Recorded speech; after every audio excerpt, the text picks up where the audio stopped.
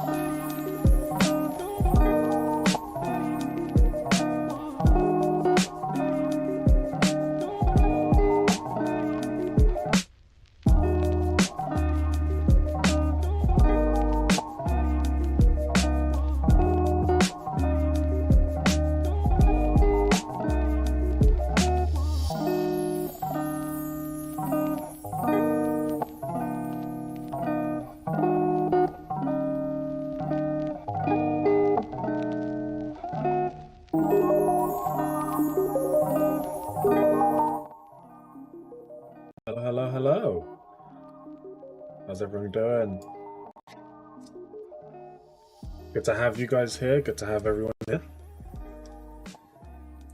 Ready to start a good day.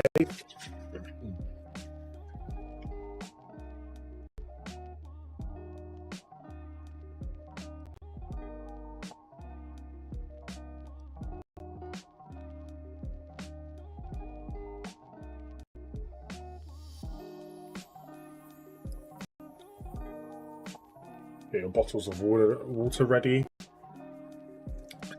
Get them ready, get them ready. It's Friday night. Well, it's Friday.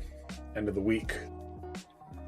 Week is almost over, just one more day left.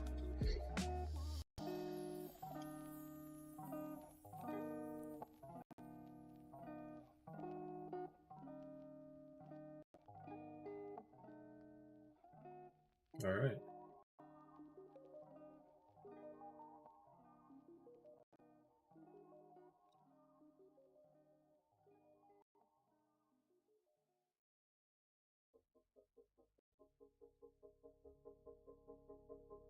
Cool. So, welcome to the Designers Alliance. It's a project I've been working on the last few months, or just a few months, just a month or so.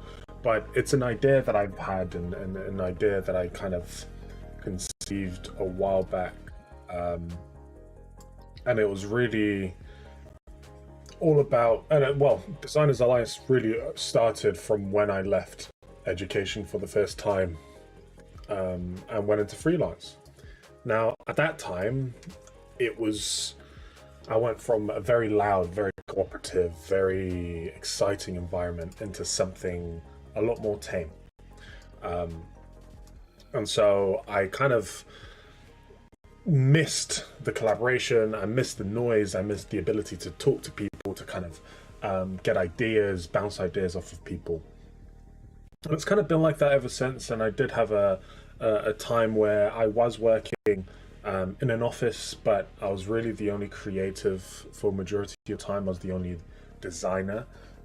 It was a small company, so I never really had um, many people, or the right mindset, the right kind of people to kind of come back and kind of bounce ideas off of. And so this is where Designers Alliance came in. I wanted to create a community, a hub where creators, designers, freelancers, whatever it may be, to share ideas, to discuss concepts, to talk about the industry, and again, to just be together. And I think that's one of the bigger things I'm trying to tackle here. And one of them is, again, in the morning, you're working, you wake up, you're motivated to work, you sit down on your desk, and you may work, you may be able to go work for about 10 to 20 minutes, but there comes a time where you kind of hit a wall and you kind of need to push through that wall. And it's a lot easier when you have people around, it's a lot easier when you have that background noise around. And that's why often you might find yourself playing a TV show, or some music in the background, or even a movie, whatever, just in the back as you work. And this stream is kind of a solution to that. And it's kind of the starting point of the live stream, kind of the starting point of this community. A live stream where designers and freelancers can go to kind of put noise in the back, to kind of meet other people that are like-minded. And yeah, that's what really the stream is all about. So it's not something designed for you to constantly engage with, by the way, so don't feel pressured to always be engaging with the live stream, but feel free to just have it on in the background, listen to the music when it's on. But whenever you need a break, we're here for you. Whenever you need someone to talk to, just put it in the chat, and we'll respond, we'll kind of talk. And just feel free to enjoy yourself. Live stream on as loud as or as quiet as you want. And I appreciate everyone for coming today. So if you whenever you wanna leave your feedback, just I've sent everyone that I've invited the personal invitations anyway, a feedback form. So feel free to fill that in. And those who do fill it in will be getting a little gift, a thank you gift from me, sent via post. So at the form that I've linked you guys, there will be a little section where you can put the address and your name, so I can send it over. Yeah, so cool. So that's kind of what Designers Alliance is. It's a community made up of freelance designers from different disciplines to help each other collaborate, teach, and discuss. And the goal really is to create a hub of many creative individuals where they can develop, network, and collaborate. And most importantly, not feel alone in their career, which is, I feel like, a big problem that's especially happened since COVID, where a lot more people tend to work from home now. Now, Designers Alliance is all about community, and it's all about being creative and productivity. So we'll do everything in our power to hit those three marks.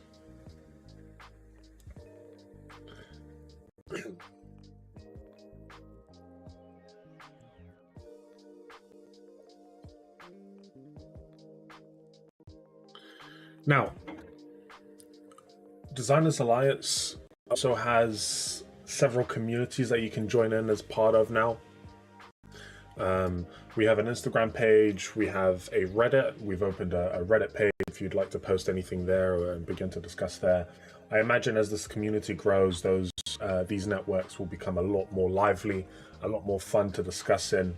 So just bear with us for the time being, and the more you share, the more people you have to communicate with. And the more people you'll have to bring in and to kind of talk to and to link with. So yeah, I encourage you guys to check those out, especially our Instagram, which has a link tree to all of the social medias, all the other accounts.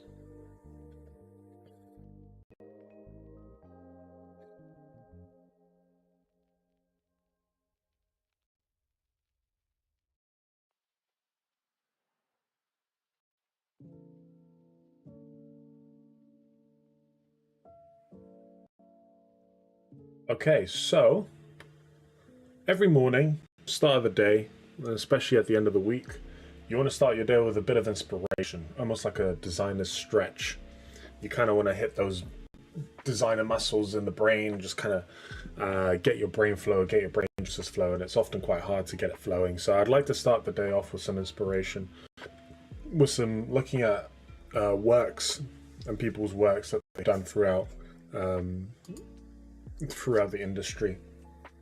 And I have a few websites I'd like to share with you guys in regards to that. So here we go. Here you go.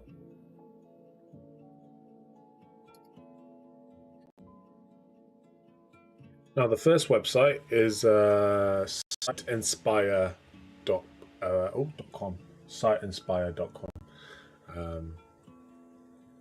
Now, this is a website for mainly website-related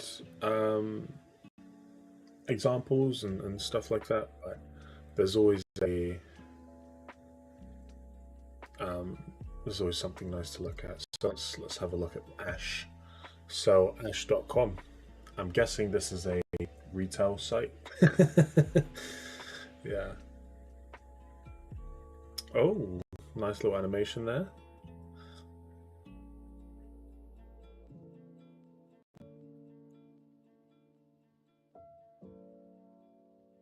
Are they advertising a duck? Is that what this is? Or the shoe? No, it was the shoes. Okay, right. So it's not the duck. But the duck really got me to click. So they're doing a good job. That's interesting. This picture, this picture here reminds me of a time in college. I had a friend who was doing photography, and they always got the weirdest briefs, and they always got told to answer in the funniest and weirdest way they possibly could. And this kind of reminds me of some stuff they had us doing as friends of a photography student. If anyone can relate, anyone else a friend of a photography student? Anyone else had to do something like this? Sorry, I guess I need to point this way. Anything like this?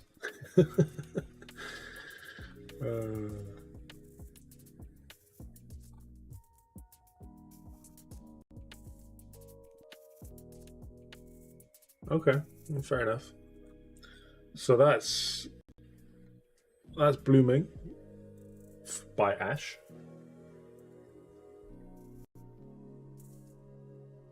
Any other websites in this one?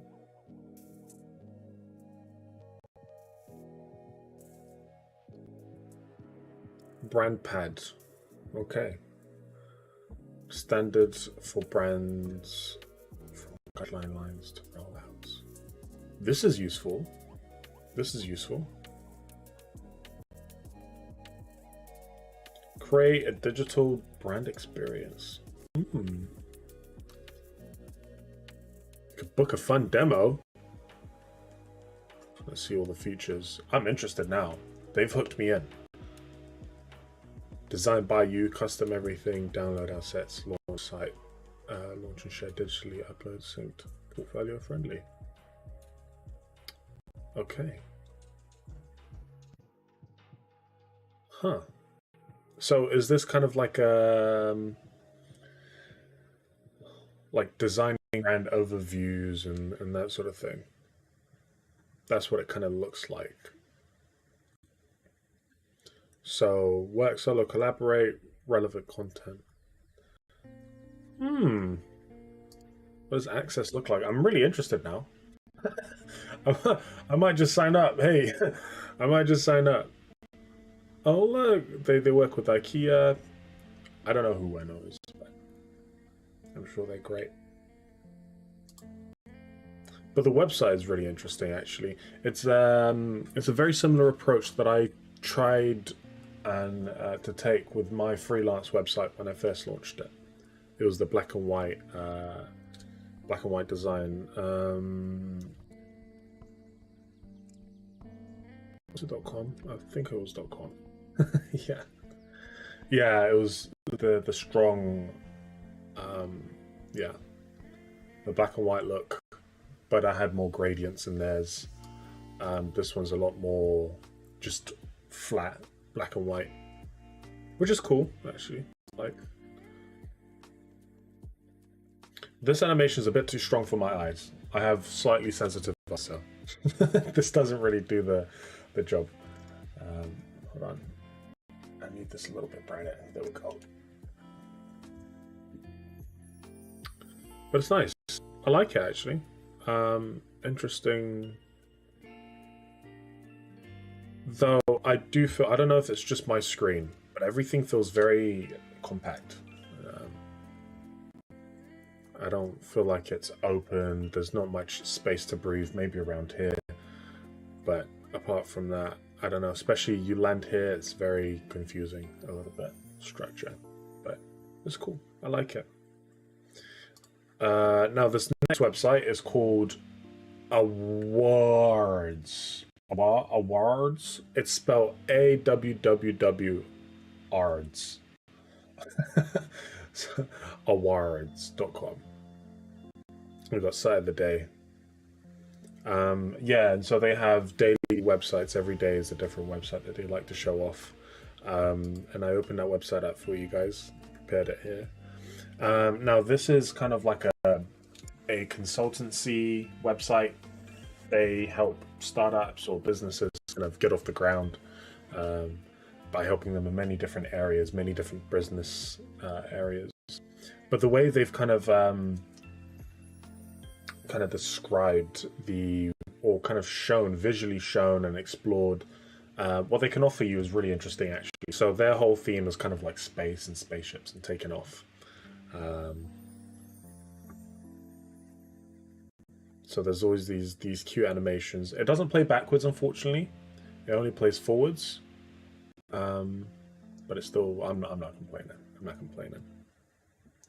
So there's a narrative you can follow. So I'm using my scroll wheel to kind of do the navigation. So when I scroll up, it goes up. When I scroll down, it goes to the next slide type thing. Operator separates investments. It's cool. It's cool. They've got a strong thing going of white, black, and purple. That's a nice. That's a nice thing. Look at that.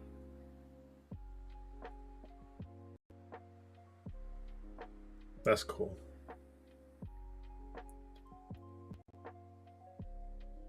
I do wish there was more visual links, maybe, to the actual parts of the ship. I don't know how they would have done that. I'm not too sure really. I mean, this one makes sense, you know, product and service business energy is like the boosters, so I guess that makes sense. I'm not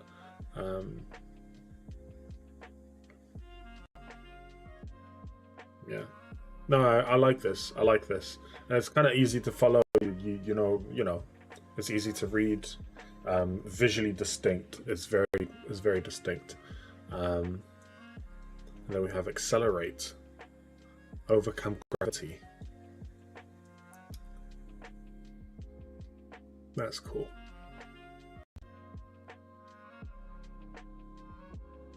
Yeah, and they're using the whole spaceship analogy to kind of describe what their business could do for you.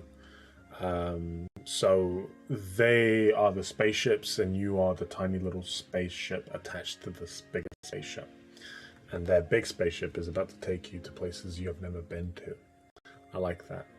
I do like that. Unicorn. It's all about Sigma Software Labs, ultimate universe for young business and startups based on Sigma software. So I believe they're selling a software package then. And here's some of the people that they've worked with. Nice.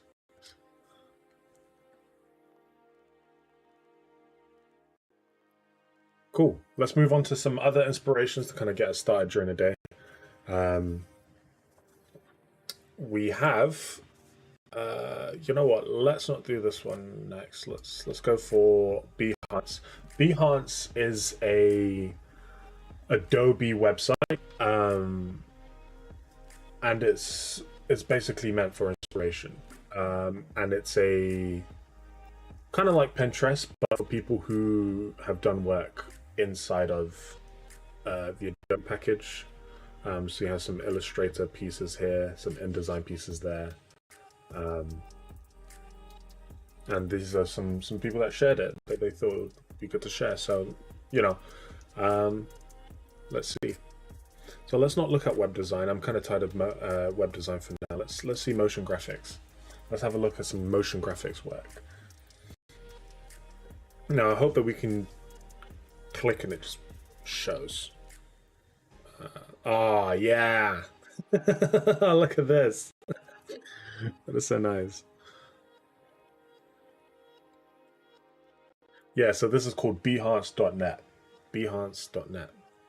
There's a little trailer to play. Oh, it has music. Wait, hold on.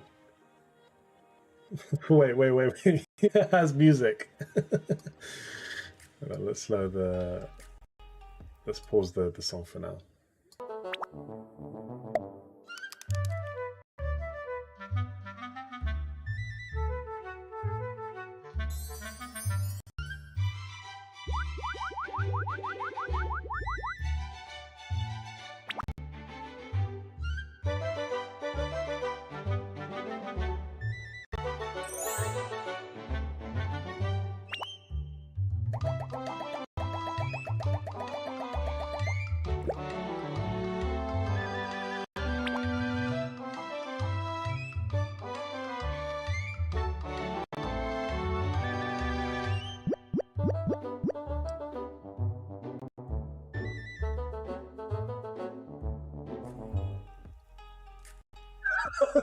That was amazing.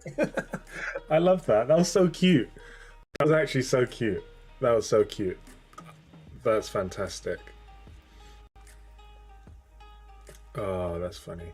Oh, that's really good. Love the art style. Very chibi. Very Tamagotchi. Tamagotchi like. That's the one. Very Tamagotchi. Yeah.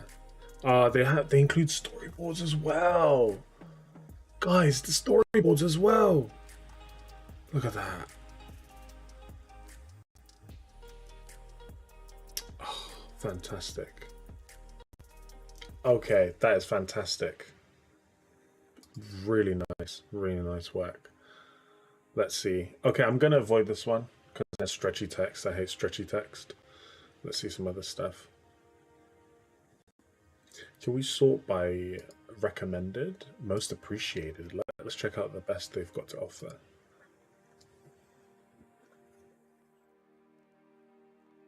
Okay, so this is a visual identity graphic system to propel entrepreneurs of the French cultural industry internationally. Okay. That's their logo. Okay, right.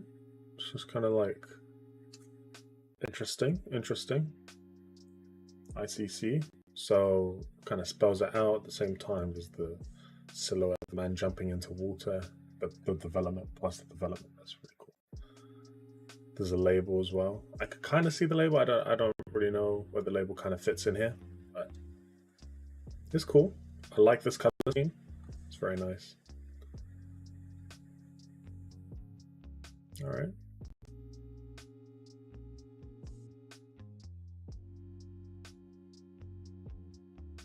Ooh, I like this.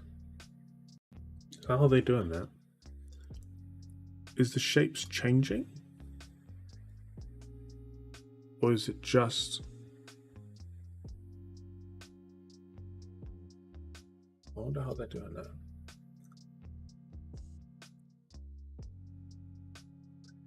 I wonder if the way they've done this is they have the shapes drawn already. And then they've just created a layer with... I don't know. No, I don't think that's the way they've done it. They might have just animated one strip and then copied it all the way around. But that's, if they've done that, that's very cool. The way they, yeah, the way I would have done it is slightly, well, they probably wouldn't have come out the same actually, because it looks like a band, you know, a band moving up as it goes, like slowly pulsing away. That's really cool. And we have this as the stars kind of grown outwards. Yeah, more of it. That's cool. Some pantones, some color schemes.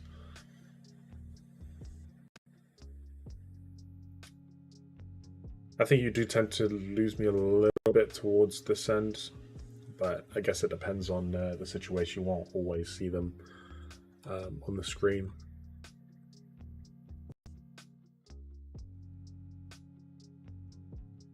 This is really cool. This photography, I don't know if you could tell, but there's like a grain to them. You can especially see it here. There's some there. There's a slight grain. That's awesome.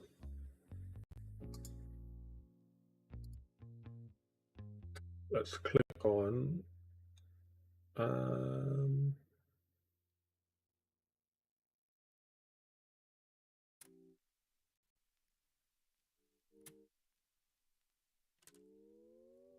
this one looks very tight. This is really cool. It's gonna load.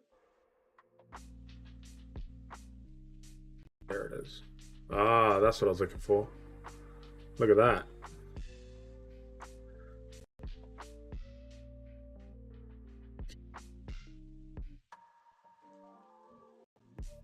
That's insane. So is that... So how would they have made this? I wonder if they just talk about it. Or they just... This is still cool. It kind of reminds me of those pillows that you can kind of flip. You know what I mean? Those like flip pillows.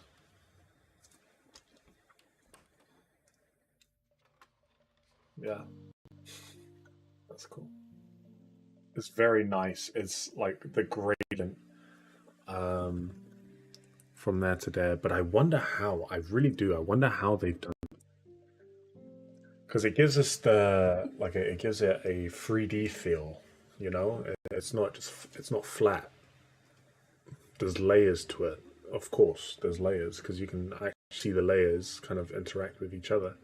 But in terms of how it's actually done, whether it is actually built out of a bunch of little spike shapes all lined up and then you just animate the motion of each one, but that would take a very long time, and this would be thousands and thousands of layers.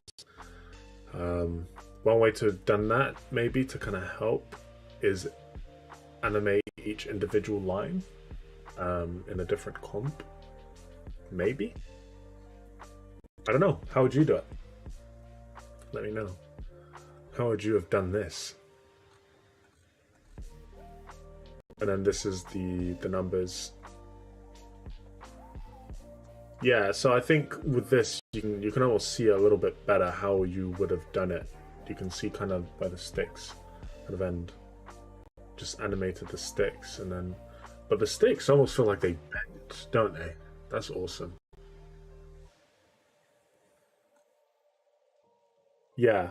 Okay. So here's the lines. That's how they've done it. I guess they've, yeah, to animate the lines like this is a lot easier. You can see it a lot visually clearer now. That's awesome. Yeah. That's really cool. Really, really cool. Should we look at some more? I like this. I like this website. Illustration for Radiohead. Radiohead Awards. Okay, it's a video. Let's see what they have. Radiohead Awards. Rádio Hlavy 2020. Hard and heavy, hip-hop, rap, R&B, world music, folk, jazz, elektronika, klasika, experiment. Slovenská hudba si zaslúži podporu. Sledujte odovzdávanie hudobných cien Rádia FM tým najlepším domácim nahrávkam za uplynulý rok. Víťazov Rádio Hlav za rok 2020 spoznáme 16. a 17. apríla počas živého prenosu na Radiohlavy SK. SK. What country is that? Slovenia.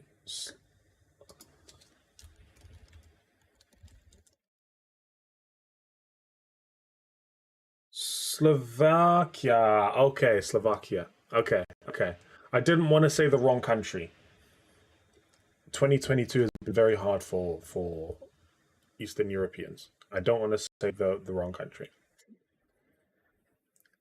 I'd rather just keep it PG. So that's really cool. World music, folk, jazz, electronic. Nice. Back to the music.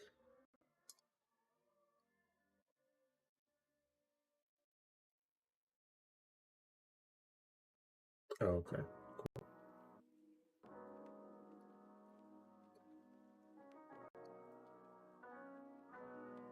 Yeah, love this poster. Look at this. I love that. I think that's their website, I'm pretty sure, yeah.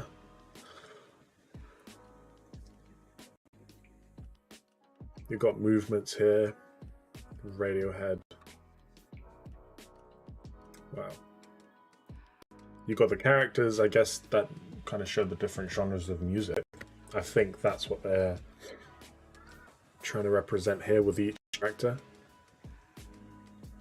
Different genres. And then you have here the time. Is this how the Slovakians do their dates?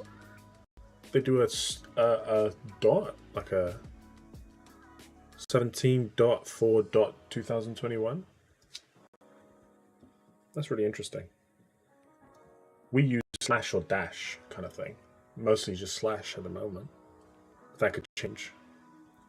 And can I just say, having the underscore under between Radiohead, just I know it might seem a bit cliche, but I think it works well.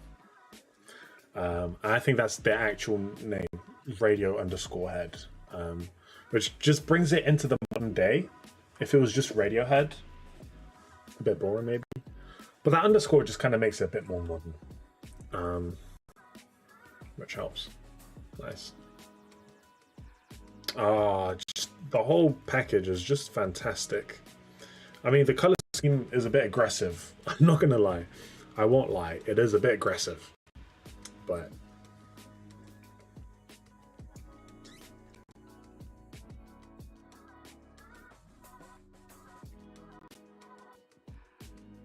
and some illustrations. It was awesome. It's very simple drawing. It's what's it called? It's Adventure Time, but on crack. And Adventure Time is already like a cartoon on crack, but then this takes it a little bit further, actually.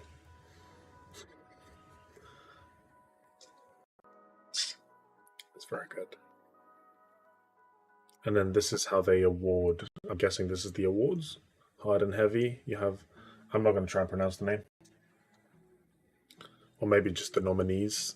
But either or, it's still cool. Very cool.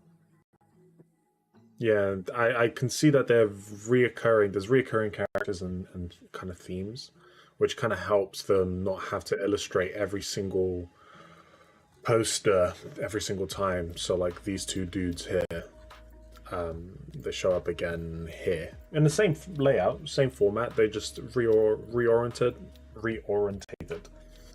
just to give this poster a completely different feel from the other one. Again, same image here, but it's still awesome. Ah, and then they do the.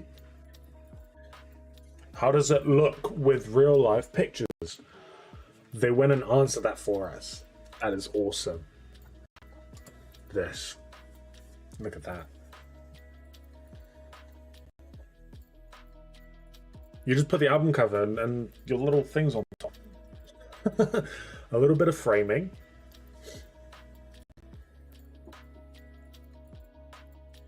That is great.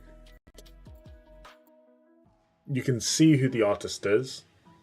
You not only get the feel for what the artist actually does, but then you also get your brand on top. You also get your prestigious award looking brand, you know. You can't mistake this as not a Radiohead award. And some more stuff, I don't know what that means. But yeah, their ability to frame text within boxes is really easy with this style, I think. But they've done a really good job at kind of fitting it, making sure it's not just there. They integrate it as part of the image itself. The curved lines, the rough ends, you know. Yeah, the bold colors that stand out, you know, it's great. And then some more. So there's a lot of text here, but they've done a good job at kind of breaking it up occasionally with these, with some of their illustration drawings and that sort of thing. Nice. Oh, let's look at this. Let's carry on. What is this now? Endorphin Christmas. Xmas. Okay.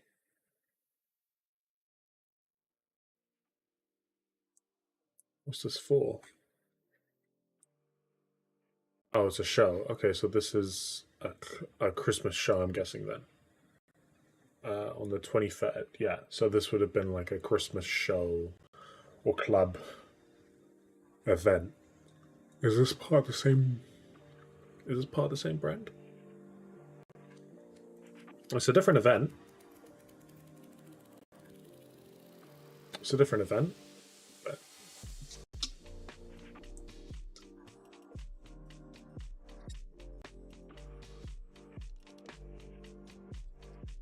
Nice. Okay, so it's a series of events, and they have kind of followed this scheme, and each event, I'm guessing, has its own brand within the brand. Identity is a better word for it. Each event has its own identity. That's cool. So here's some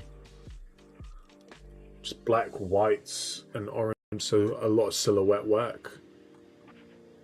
That's cool. And then this one's a little bit different.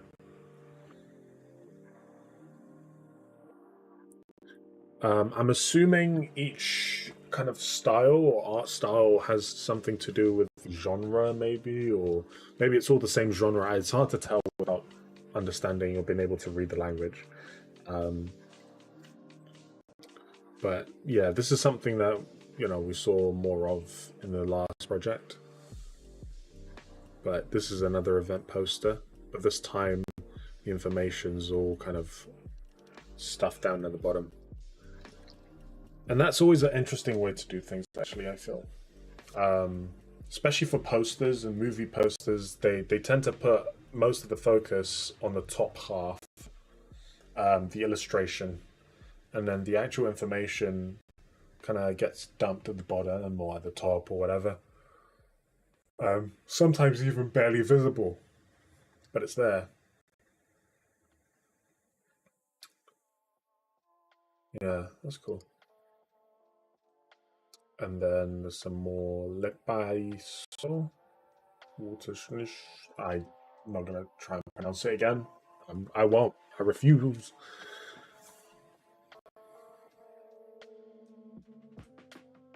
So all the events kind of see that they're all very unique, but they also fit around the same kind of scheme, the same kind of brand. They all fit within the same brand, but they're also very unique, which is great. I wonder how they're able to kind of keep the brand between one poster looking like this and then the other one looking like this. I mean, if you were to compare the two, can we go? Yeah. Yeah, you can. So comparing the two. Okay, let's see what's different first. Okay, some of the colors are the same, however, the majority color is different. So the only color that you can really see that's the same, I guess the purple, like the purple, the pale purple, whatever, the pastel purple. I don't know the actual color. I don't know the name, the Pantone code. And the orange as well. They kind of shared between. The yellow is very different. The use of black is also different. And again, I think the quantities they also tend to be different. So I think, yeah, I guess this is kind of, they do have a set kind of color scheme that they tend to follow, which helps. However, each poster kind of adds their own little twist to the formula. So the yellow tones for this poster are slightly different to this one, which is more of a, I don't know how to describe it, like a very pale, saturated yellow. This one's a bit more vibrant. When it comes to line art, it's, again, they only tend to use lines when it helps build the features. For example, here you can tell that they use lines here to build up the fact that this is like a shirt or blouse. Gave him pecs or her pecs, tits, whatever. And then some trouser lines here. For this one, they have a line just to help illustrate that this is one leg, this is the other leg, and to draw the face. And if we go back to this previous one, again, between each shape, they're not really using lines unless it is to help illustrate and kind of paint features. So a face here, the beard, I'm guessing, a really long beard here with some arms to break it up from the leg and like a little fold of the knee. So that's the kind of things they have. Again, the not abstract, kind of like the illustrative style they go for is the same as well. You have characters with very thick, long limbs, very short necks, if any neck at all, and a very simple face. Like the lady here is she's two triangles in a line. Let's look at other ones as well. Yeah. Similar thing. So the line is only to draw detail, but not to outline shapes. Like here to break it up from the leg and the other arm. To draw a hand. Otherwise, this would just be one flat blob. It'd be like a blob, you know what I mean? So, yeah, to draw faces. A similar thing. Similar colors once again. This one's slightly different. I think their color, the colors they use for this one's very different. However, some of the art style, again, the same. Very long arms, thick legs, small heads, and again, only using line to do the features rather than shapes. Yeah. More of, even though the colors are completely different for this one. So I really like this one. I really like it. Nice little deep dive. That was fun. That was fun.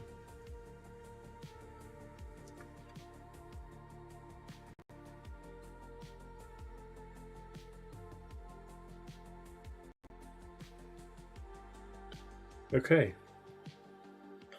Right. I think we're gonna. Is there one more? Okay. Yeah. This is the last one. So that last website was Behance. Have a go. Fantastic tool. Amazing. Amazing. Amazing. All the work from designers and illustrators just putting out their process to getting what they get. Some better than others, but like brand identity in general, you know, it's just this. Oh, this is great. I wish I knew about this earlier. I'll be honest. They need to promote this better because this is. Anyway, the next one is also another one I found recently. Really, really enjoy. So this one is when you have a very specific color palette in mind. That tends to help the search for this one. But this is called designinspiration.com. So you click on this little color wheel, and you can, at the top here, you can select different color schemes. So let's go for a more generally, let's see here. Let's go for a more vibrant. Yeah, you see, as you change the color scheme, the overall results change into something more. So I'm just creating a real different color scheme to see what I get out of it. And I think this is really fun to explore different color schemes. So you have the neon pinks or purples, pinks, whatever you call it, greens and reds. And this, we get into more the dystopian, trippy nature, you know, the acid attacks, the abstract world. Now, if we bring it down to pastels, same colors, but just bring it down to pastels if we can. And the red, please. It's a little bit weird, strange to use, but there you go. And then we've gone down from the neons into more saturated colors, and instantly you get the softers. Still slightly, still slightly acidic and strange, but to a more calming extent, I guess. So there's a calming nature to the art that's used here. And so you can play around. There's more. You can sign in to have a few more features unlocked, but.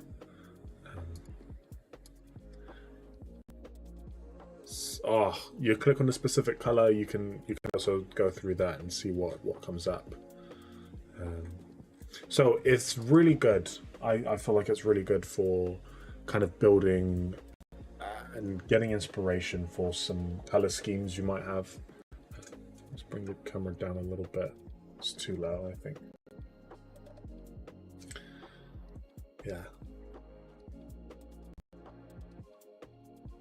And so this color scheme is, and so if I refresh, it'll give you a new color scheme. So we can go through that as well. I like this. I love movie posters. Yeah, love that. The modal wrist.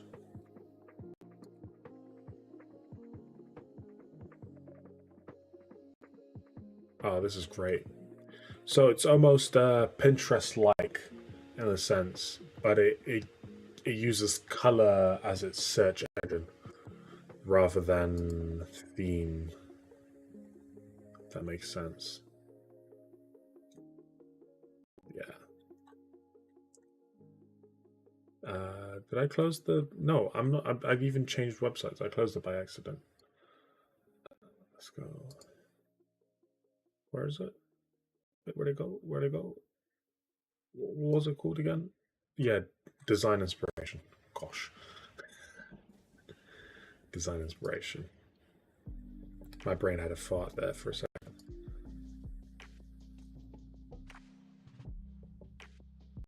Yeah, so have a go right now, actually. Have a go. See what comes up. Why not? Designinspiration.com. See what comes up. See what you get. Pick your favorite color. Who knows?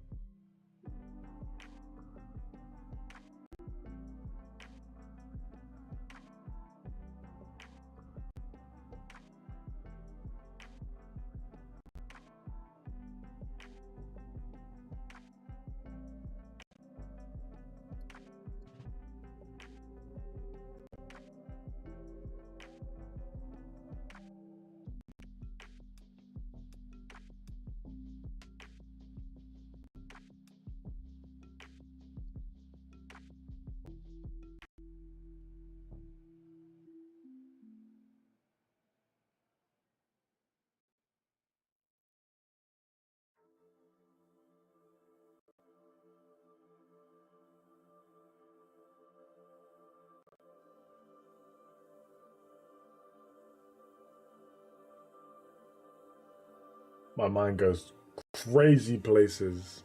All right.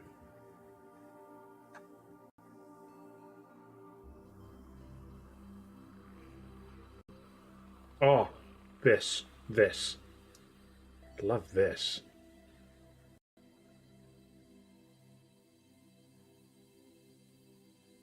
Fantastic. Okay. Right, so I think what we're going to do is go on a 5-10 minute break. In the meantime, I'm going to play some music, enjoy the songs, enjoy the music. It's lo-fi hip-hop is the flavor of songs today. If you have any suggestions for songs that are copyright free, we are playing this on YouTube, so, you know, we need to make sure I don't get in trouble. But if you have any suggestions for songs, feel free to put them in the chat, and I'll make sure to have a read when I get there.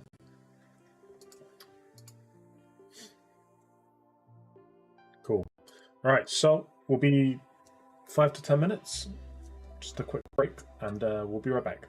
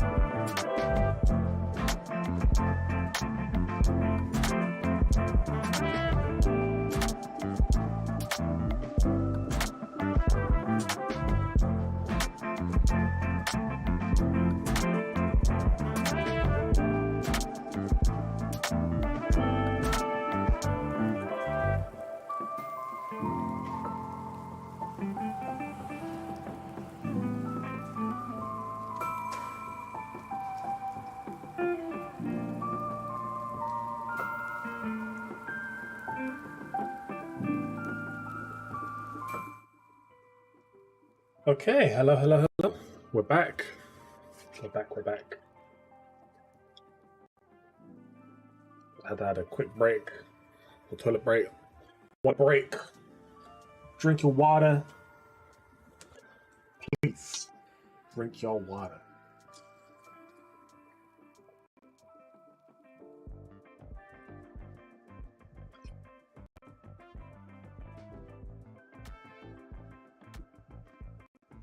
Okay, so the plan for now is I have a motion graphics project I want to get done for Designers Alliance. So we're doing a little portrait, a little portrait video, some motion graphic stuff to kind of use it to promote Designers Alliance, trying to get people in. I have a rough storyboard already. I think there's more to it, right? Yeah, I started doing the other side. More to it, but I've already kind of gotten started. I'm just keyframing and kind of working on that at the moment. So feel free to join me as I work. I have my chat opened, and I'll keep the chat open. So if you have anything to say, if you want to say hello, if you want to chat, any questions, feel free to ask. I'll have it open for you guys. So yeah, okay. Let's begin.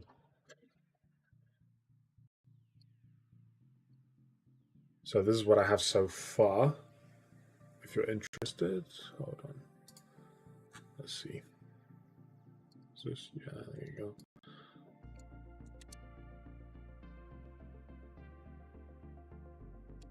As you can tell, it's not working.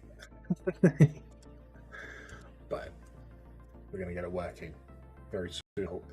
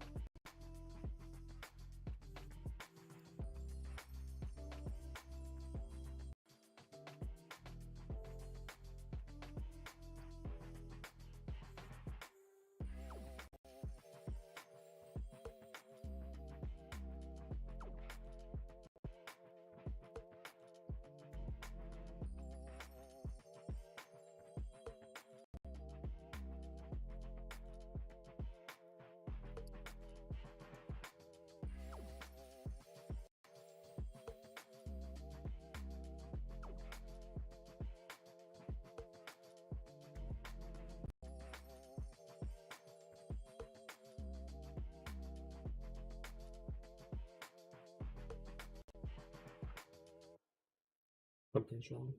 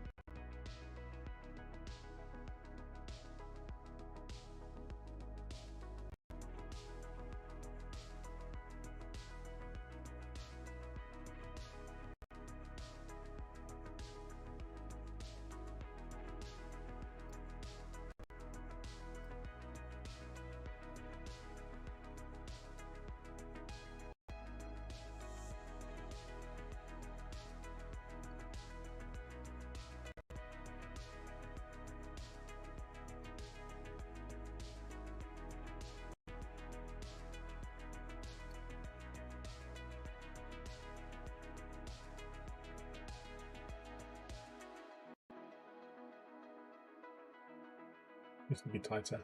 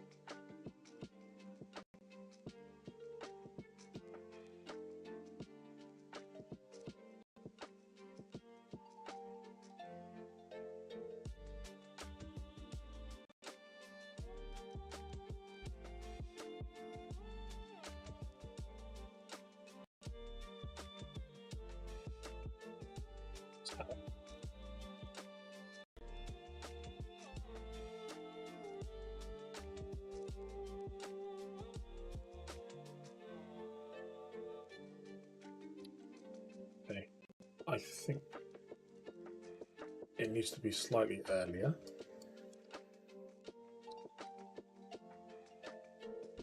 So it needs to pop there. At that point, the animation starts. I think that's what should happen.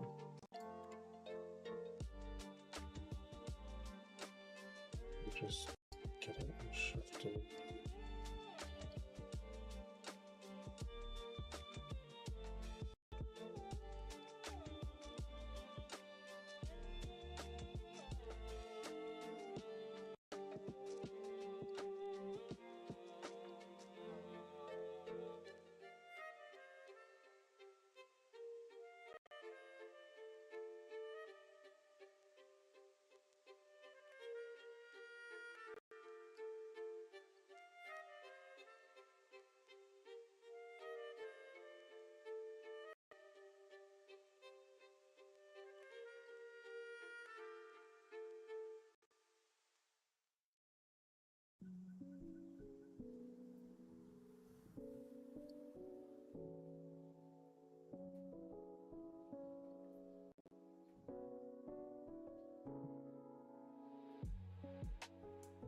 Now I don't like the timing on that's a little bit off for me.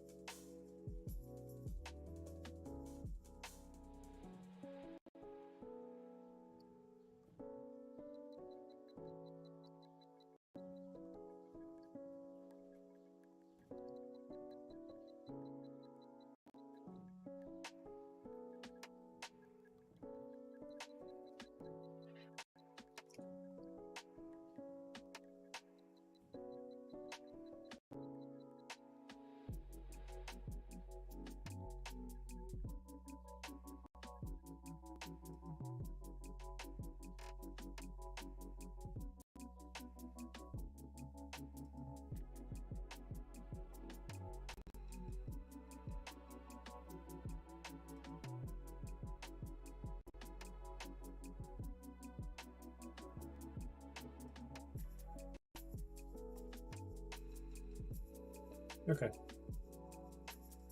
Yeah, I like that.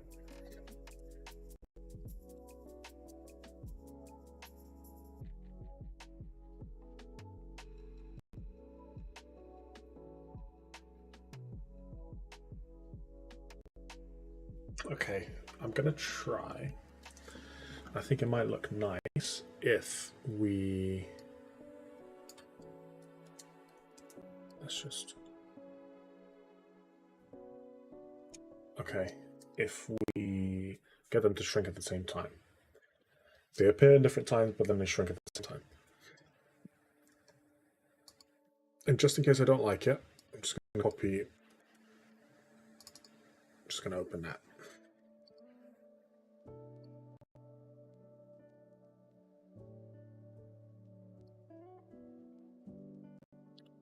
The point where they...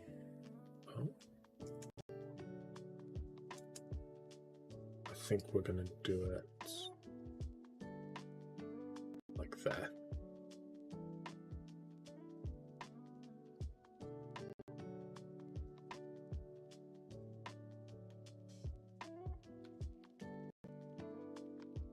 That way I get a choice, because I'm doing a different composition.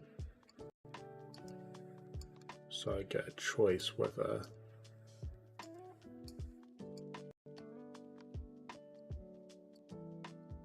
I like it or not.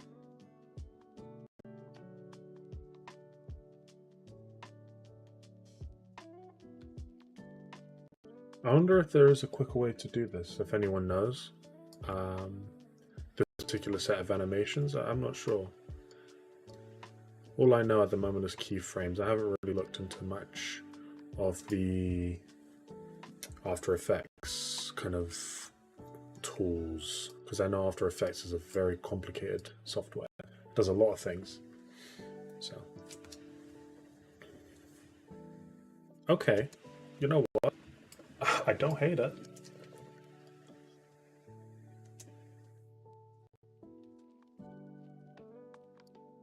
Let's get on the screen.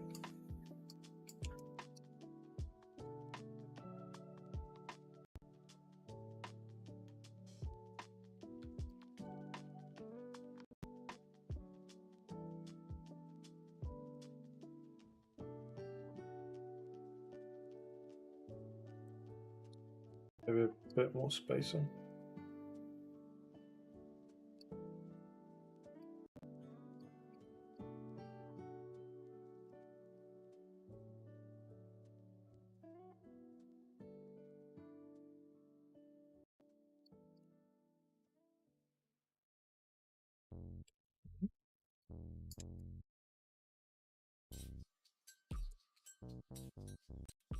Oh, oops. What song is this?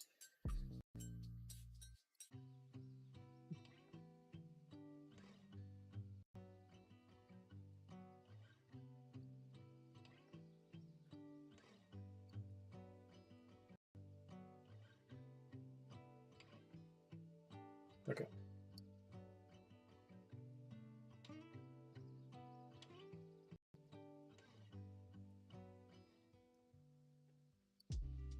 Just a little bit tighter.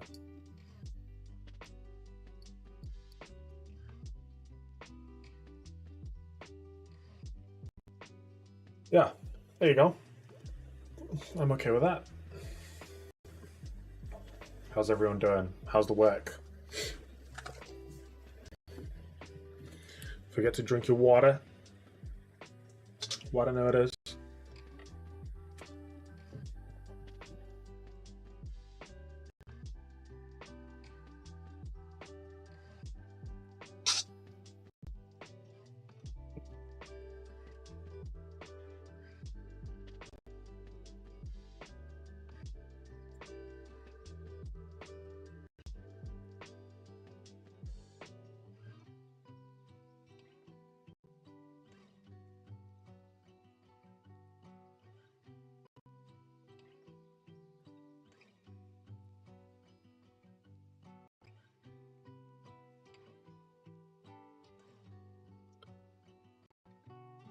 It's so chilly in my room right now. I have a blanket on my leg.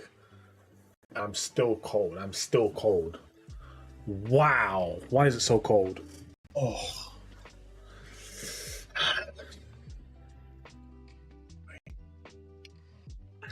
Jeez.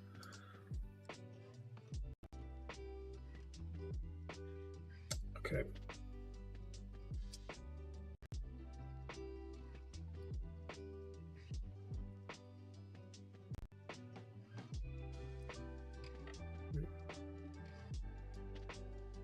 So what's next? So we got, let's go into the advert. Delete that.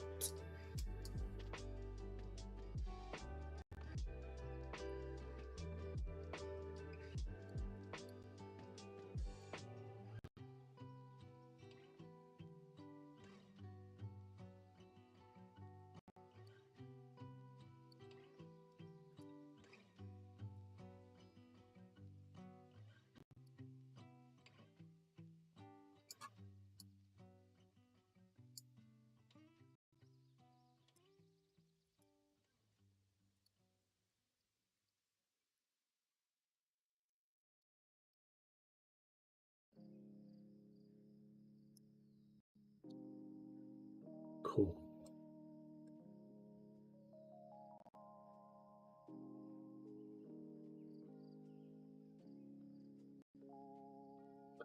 I'll tell you what, we need, before we do much else, we need a song. We need to pick a song. or else the animation timings are going to be off, I think. I could set up the animations now and the keyframes now and just add the animation part later. Well, just like timings and stuff later.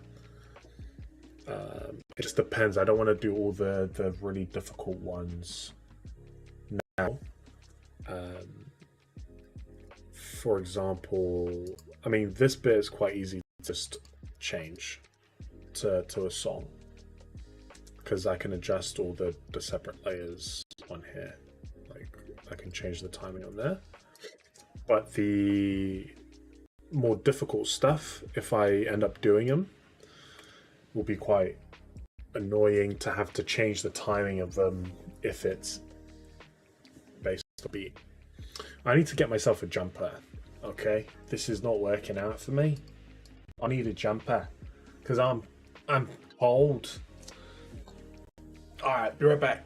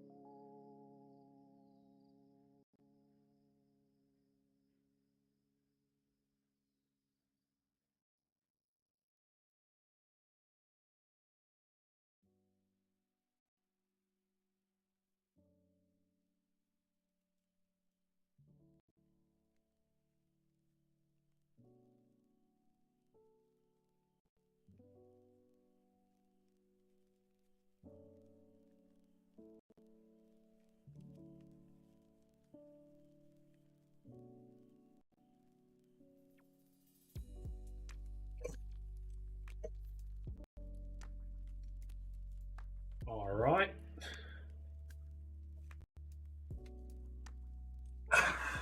Nice and comfy. I kept color scheme also. Maintain the color scheme at all times. Don't look, my shirt is the same color as my hoodie. Now my hoodie in this light doesn't actually look like the actual color it is in real life. It's a bit weird. It's a bit strange. Because my hoodie's like purple. But oh, I'm still cold. What is going on? I just had a whole body shiver. Oh, jeez. Jeez. Just let me work. God.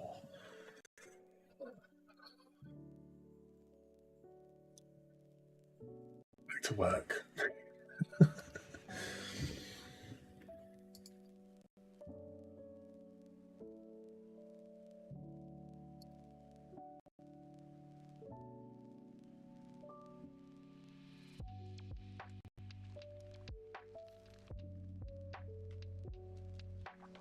I'm gonna see my storyboard real quick.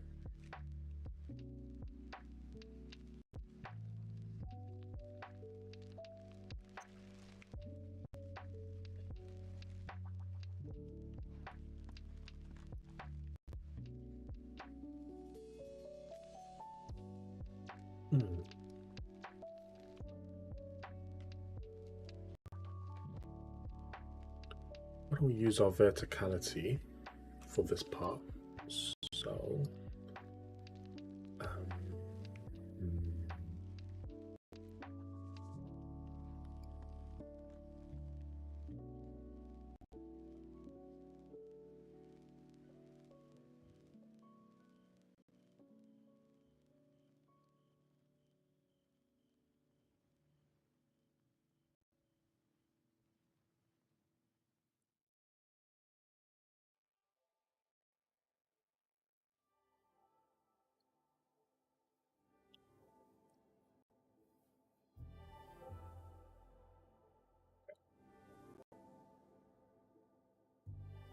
I'm gonna do is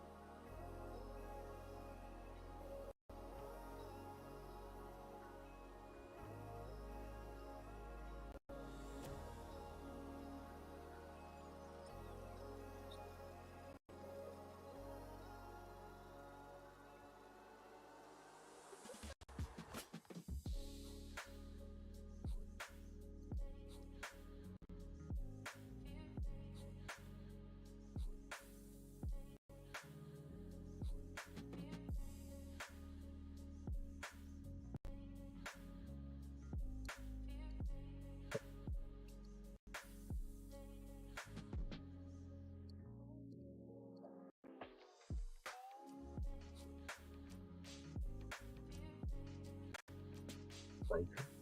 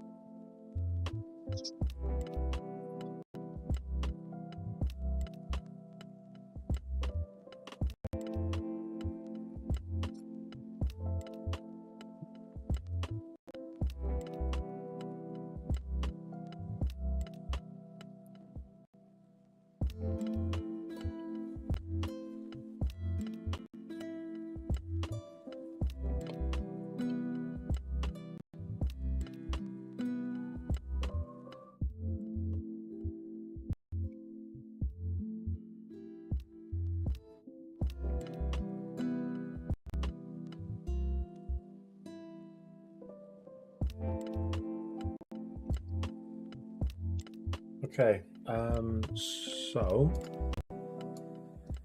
I am going to take a quick 5-minute break,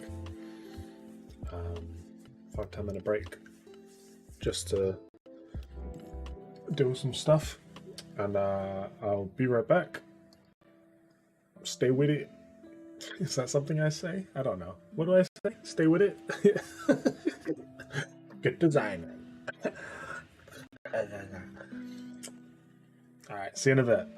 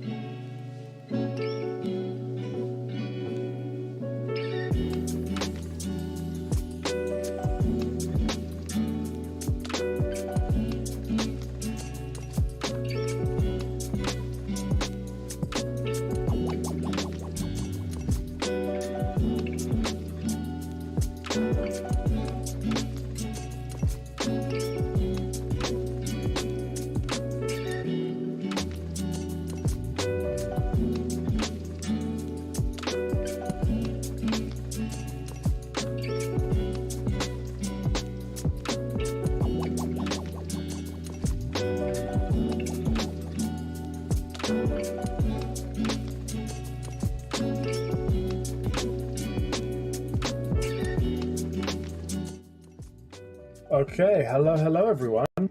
Welcome back.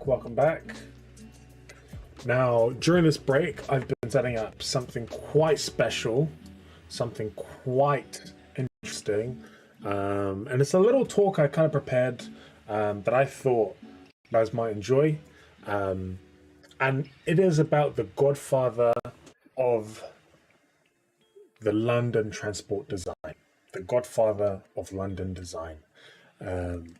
He's a secret godfather. Not a lot of people actually know him. And not a people have heard his name. And even at the times when he was doing his thing, not a lot of people recognized him for his genius and for his work. And so today I just kind of wanted to talk about it. Now, I will reveal his name in due time. However, first I wanted to kind of talk about London Underground. The London Underground is the world's oldest underground rail service. And back when it started, it was actually comprised of several different companies that ran each of the lines. So for example, the Metropolitan District line ran the Metropolitan District line, and there was another line, the Bakerloo line, which was then called the Baker Street and Waterloo Railway. And as you can imagine, having all these competing companies trying to serve transport for London can create absolutely crazy and havoc scenarios. And it also made travel very difficult to do. And so imagine, as you can imagine, the plans and the maps to kind of show how to travel across London using these underground maps was very confusing. It was very confusing. Here's a picture, a district railway map of London. This is what it used to look like. This is just for the district line. However, for the convenience of the other users, they also included other lines. We can see here there was also the Waterloo, Baker Street and Waterloo railway lines as well. But as you can tell, and yes, the quality of the image is a little bit low, but no, it is still very confusing. It's extremely confusing to see. You have the line that's in focus highlighted, and then all the other lines are just kind of pasted on. Because of course, you didn't want to promote your competitors. You wanted the people using your line. And so why would you promote on your map the competing company? And so maps for a very long while kind of looked like this, and different versions of those. And it made for very funny scenarios where if you were to change lines at Bank Station, you'd have to leave the station, go all the way up to the surface, buy another ticket, and then head straight back down. Crazy stuff like this. Whenever you wanted to change a line, you needed to have a separate ticket for those lines. However, it didn't remain that way forever, as we know nowadays. This initially started when an American man with a lot of money came over to the UK and started buying out rail companies. And within several years, he had become in charge of over 11 lines, I believe it was. 11 different companies that ran the lines. And he put them together and unified them under one name, under one brand called the Underground Electric Railway Company of London. So for short, it's UERL, right? UERL. Now, during this time, again, the companies kept making the same maps. The companies tried to put the maps together, and it wasn't working. And with this new unified underground system, this tube network, the challenge arose as to how do we display to the customers a map that they can all use that represent all the lines. And so this challenge appeared almost like a mythical treasure for pirates, right? But instead of treasure, it's the person who can design the best map. And this challenge arose for all these designers. And so we started having some pretty bad representations. This was the first one that they published. It's okay. It did an okay job, but as you can see, there were still other lines that weren't part of the. Here you go. Sorry, I forgot to change it. As you can see, there was some lines that still weren't part of the actual network that were grayed out. Other parts were kind of hard to see. You have the Thames here, but you have to kind of squint to it. Everything was grayed out apart from the main stations, and there was no uniformity. Some lines were thicker than others. There was text that some curved outwards, others just was straight. Some, went over the lines, and you see here some lines merged into one. So the what is the Metropolitan line at the moment, and the District Railway, which is green and still remains green to this day. They were a mess. It was a big mess. Now, this map introduced a few key features that kind of remained. The first being that dots represent stations, like circles represent stations, and two, that each line kind of has its own color. Those are the two kind of features that still remained to this day. However, the issue still remained that the map was too overcrowded and hard to understand.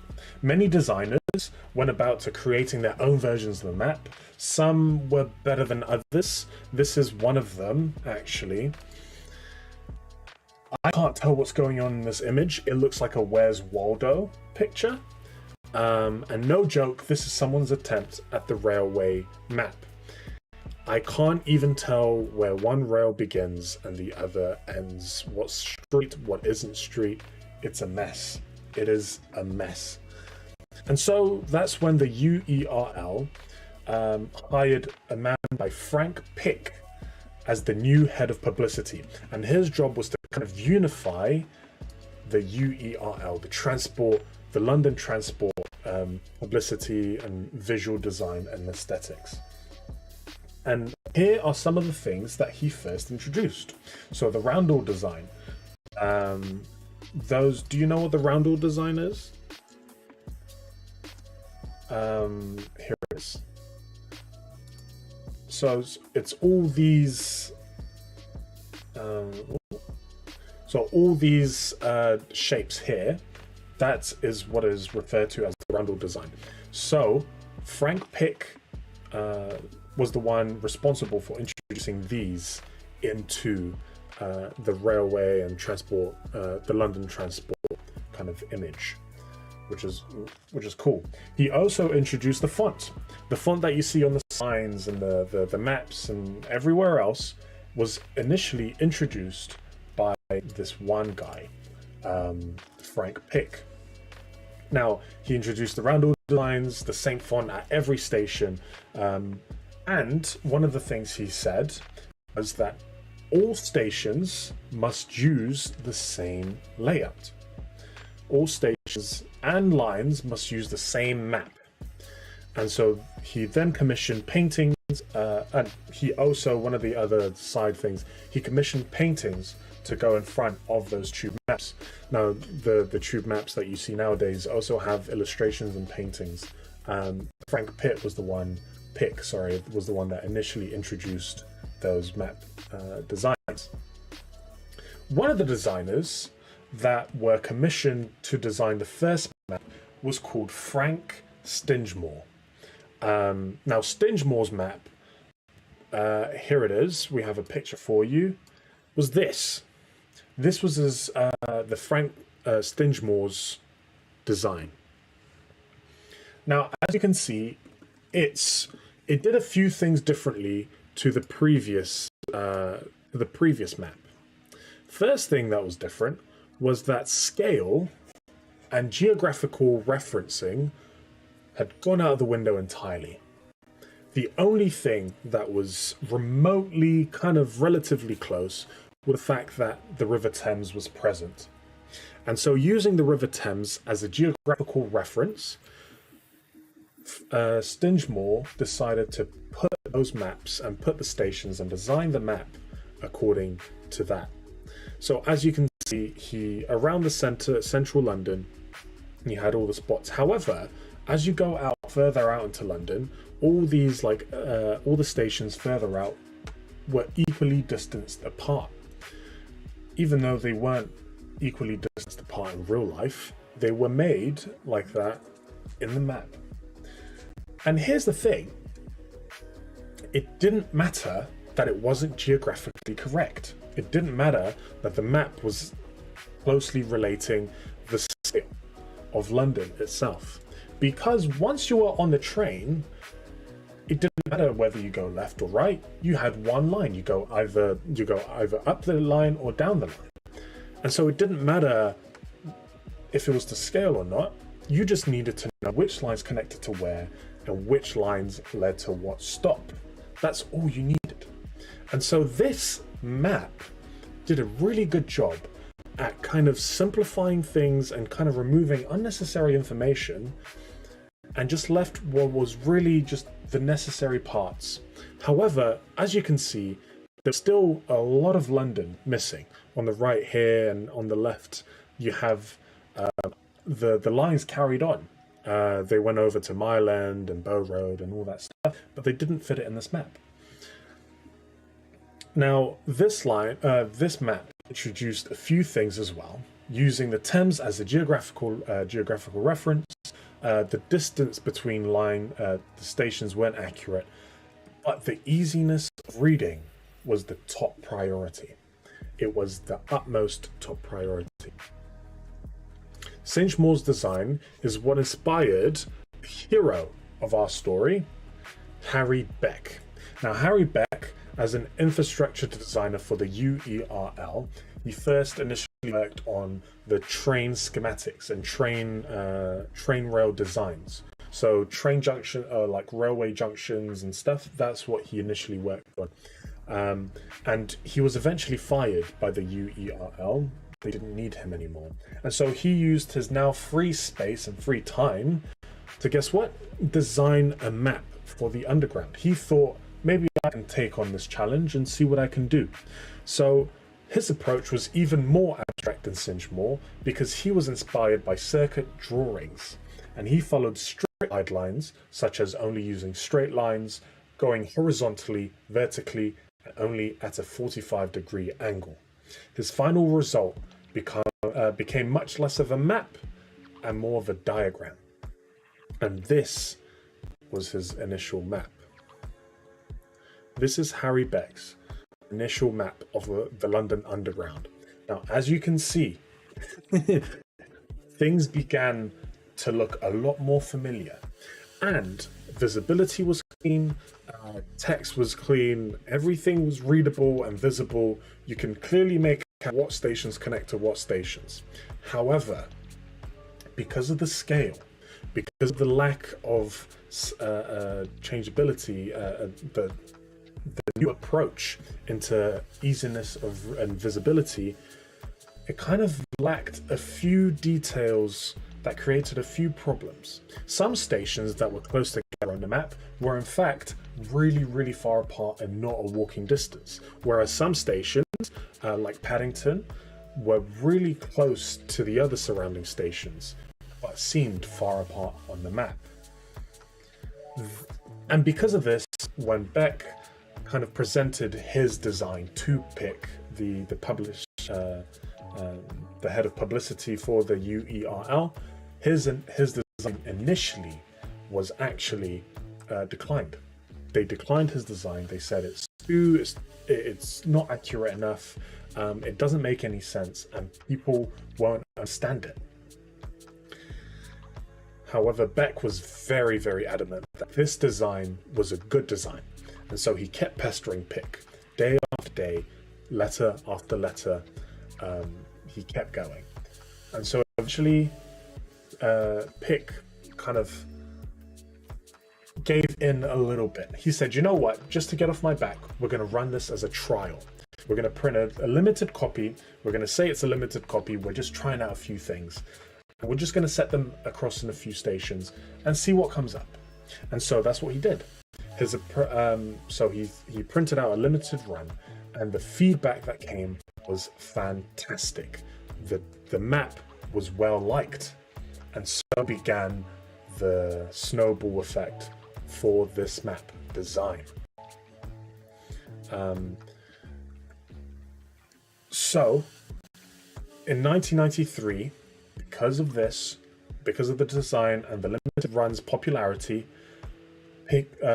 Beck's map became the official map of the London Underground in 1933. He was in fact so overjoyed with the success of the map, he decided to try out other cities. His first attempt of Paris was turned down immediately, so he did a map design for Paris. However, Paris said, you know what, we like our current design. This was Paris's design at the time. As you can see, there was a few issues with it, but we won't judge the French too harshly today now, will we? We'll just let that slide. And he also designed Sydney's tube map. Now, this is Sydney's tube map. As you can see, this is very much in line with Beck's style of drawing. However, the people in Sydney declined his map, and wouldn't you know it, a few months later, they were using his map. He didn't receive payment, and he didn't receive credit for the maps that he had made for Sydney. They, in fact, just took his design. They saw it, and they took the designs for himself. His style and work went on to inspire and dictate transport maps across the world. Big city maps, they will have some sort of style that follow Beck's design. If you go to Hong Kong, Beijing, not America, New York's one is doesn't follow any design principle whatsoever. But you go to Germany as well, Berlin. If you go to all these maps that they use for all these transport systems are now being done so, inspired by Beck's initial work. Now, Beck actually carried on doing the work and updating the design for London time and time again. He carried on inspiring, he carried on designing for the London Underground, and every so often, every time there was a station nearby, he would produce a new map and hand it over and sell it over to UERL. However, did you know that for his first ever map that was made, for the original Underground map that started it all, Harry Beck was only paid 5 guineas. In today's money and today's currency, that would be about £5.25 for the initial map. However, maybe he got more money for the newer maps, for the updates. He wasn't even credited, nor paid a good amount, roughly about £3 per reiteration of the map, some even less. Despite making this various amendments and updates to the map, he was only ever paid a little bit. Now, after a while, there was a new commissioner, and he tried to do his own approach of the map, which ended up being a horrible attempt. And when people asked for the map back, Beck said, "Hey, let me give it a try," and they said, "No, you aren't employed by UERL." And he said, "Well, I thought I was your official tube map designer." And they said, "No, you were never that. You were just a freelancer, someone who worked for us." And only until recently has his design and his credit has been restored back onto the London Underground maps.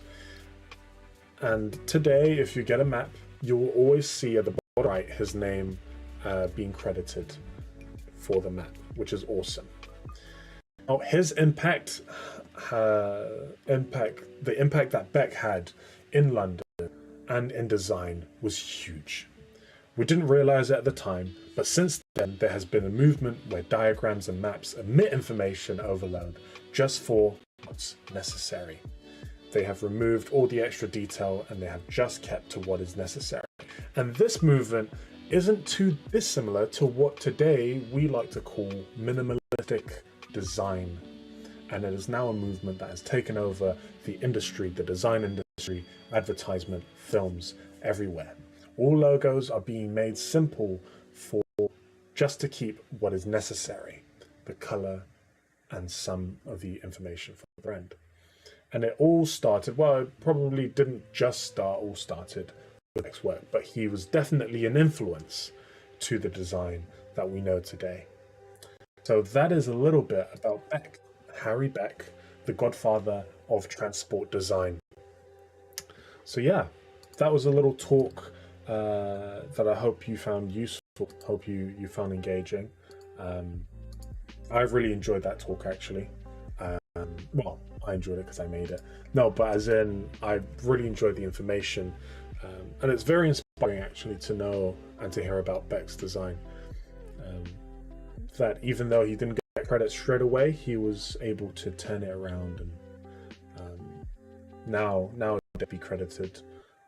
And he did live a happy life later on. He retired to the countryside and lived off a happy life with him and his wife, and died around the age of 80, around late 70s, 80 years old, which is great. So yeah, cool. So that was that.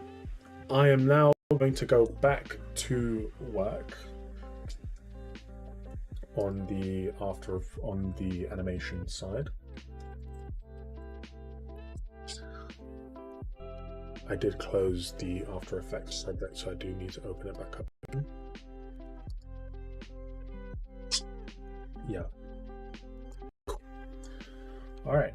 Well, back to work. Anyone has any questions, anything like that, just feel free to give me a shout. I'm here. I'm looking at the chat, so feel free to hit me up. All right.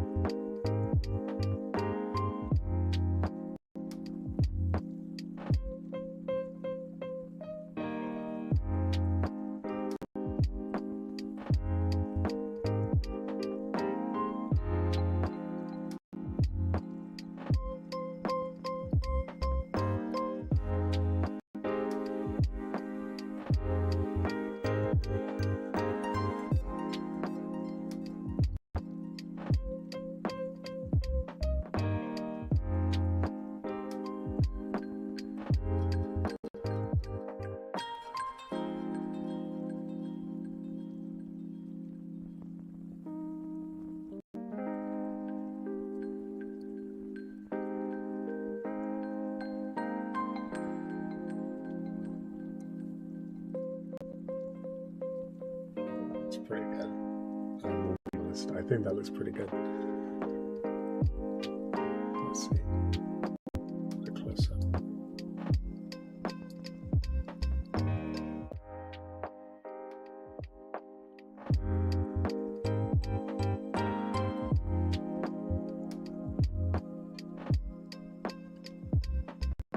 On a close up, it's a bit weird.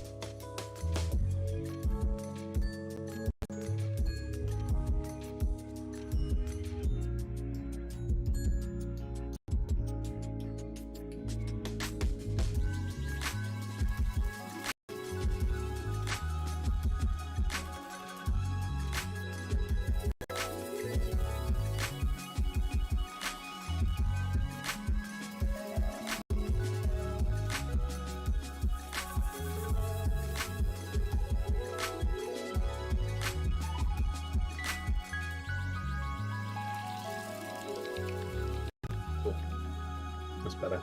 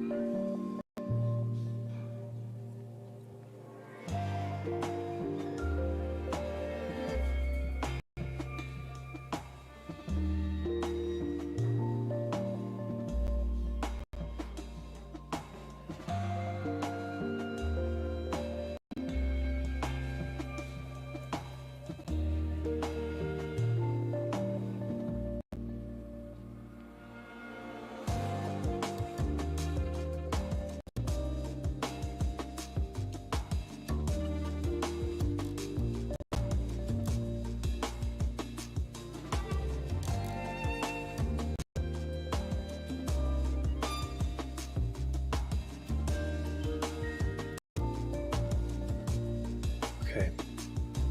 We're gonna... Biggest challenge yet. We want to make this fall like a feather down the screen, like a swoosh, whoosh, whoosh, whoosh kind of thing. Almost like a, yeah, like a feather or a leaf kind of falling.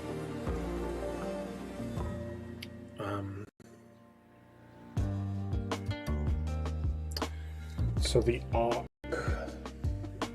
let's see if we can even draw what it's like. Kind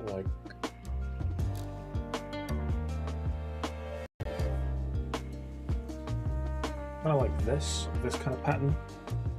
The word needs to kind of follow this kind of pattern, but it tends to speed up here and then slow and then speed up and then slow and then speed up and then slow and then speed up and then slow. That's kind of how a feather falls, I think.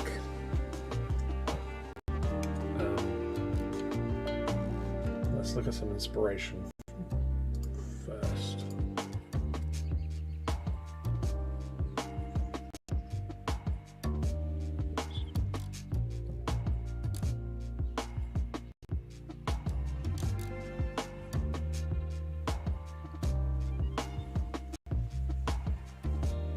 I want a video.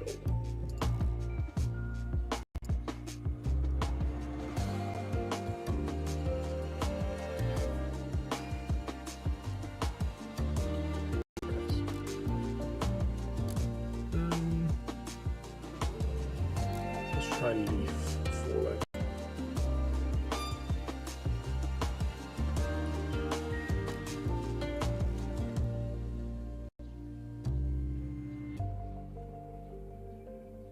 It's a bit weird. It doesn't feel like it's real. I don't think it is. Does anyone have real leaves falling? That'd be great.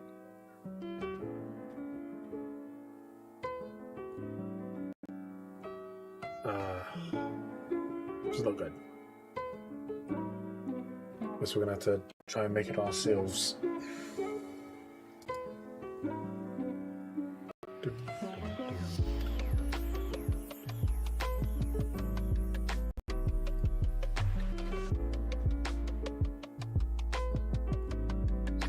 Come on, man.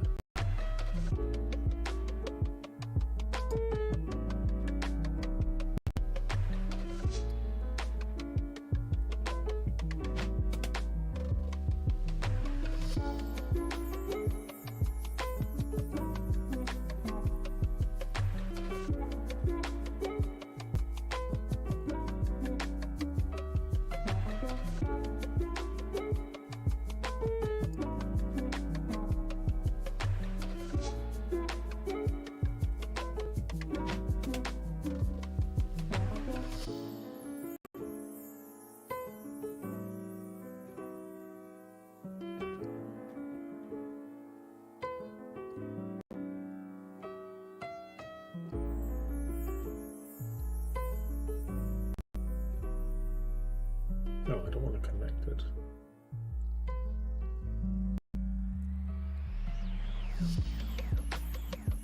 Nope.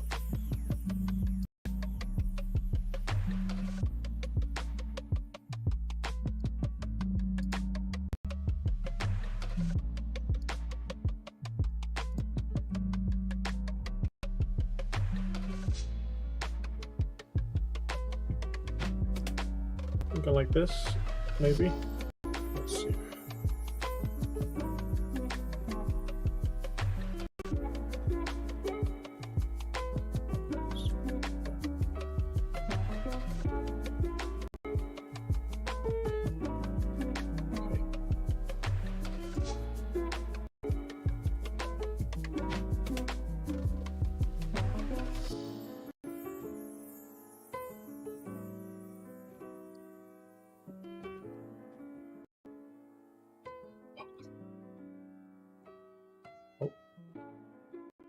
Copy that path and then paste it onto the position.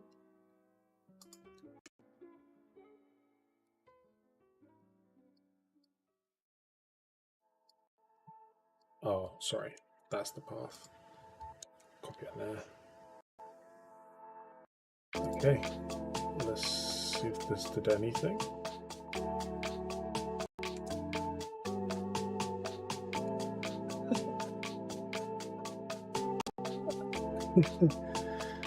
Okay.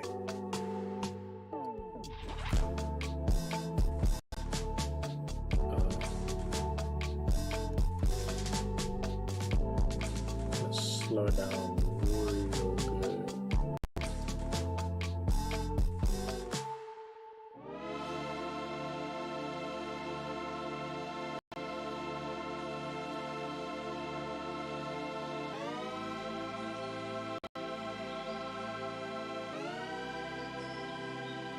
A bit quicker. I know we're going to go in here and kind of adjust the charts. We're going to be adjusting on this. But I think we need to add the rotation as well as part of that. So before we do that, is there a way to add rotation? So we kind of like, or do I have to manually do it?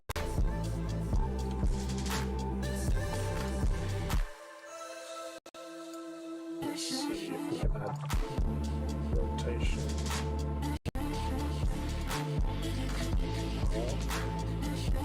Based on rotation? No, we can't. Okay.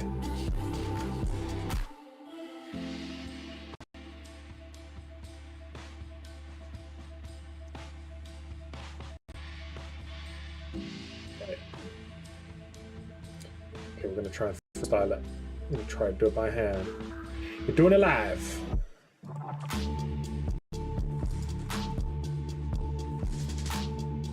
Starts there, rotation, pick it there, and we go down slightly.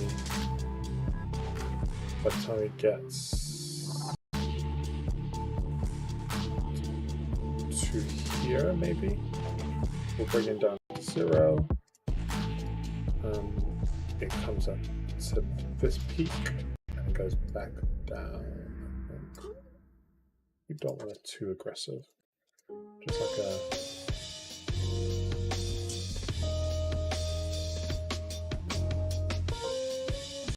okay.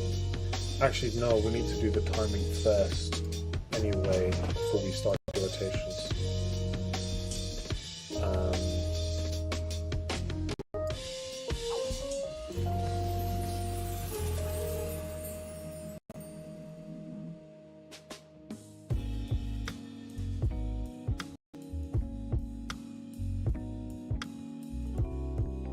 Is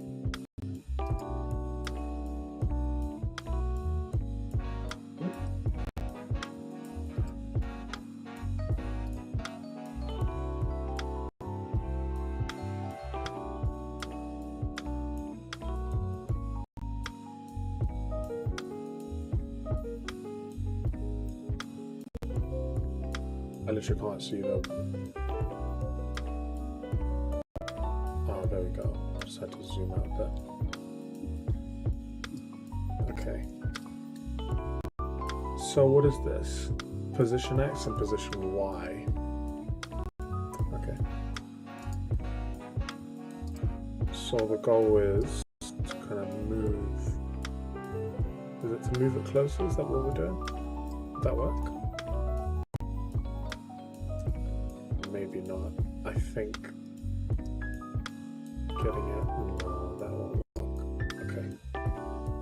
So I think it's a case of moving it apart. How do we do this?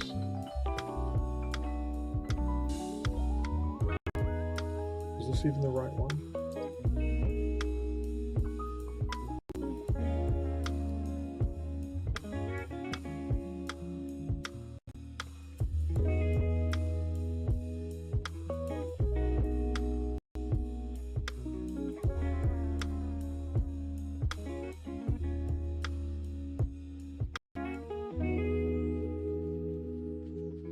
There's way too many points.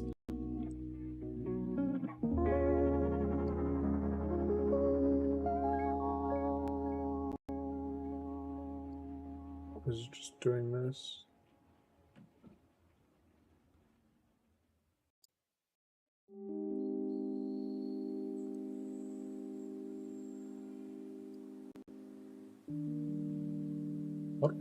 How would I do that? Anyone help? Please? How would I go about increasing...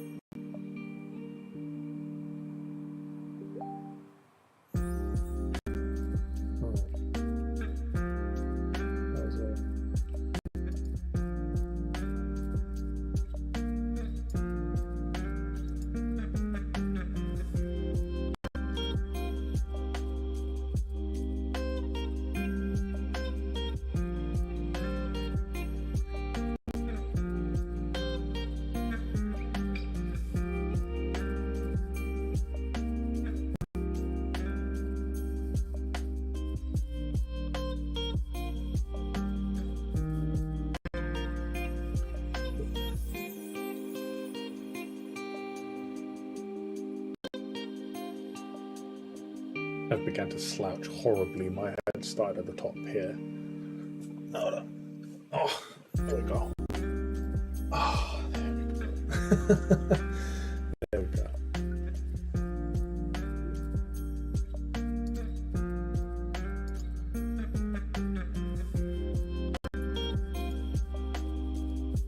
Yeah, okay. So it's a summary for those who might just joined now. Currently doing some After Effects work. I'll show you what I've got so far. It's not a lot, but it's something.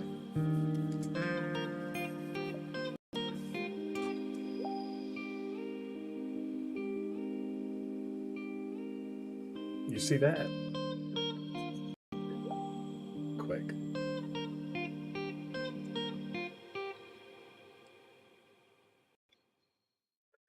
Yeah, and so from there, so we're doing this, cut transition into what will be a feather falling, but words instead. So I'm currently trying to animate the feather falling aspect. So I've got the points placed. I did that with a pen tool. But it speeds up as it gets to this point. I need it to kind of reverse kind of thing. But anyway, yeah, so that's kind of what I'm trying to work out at the moment.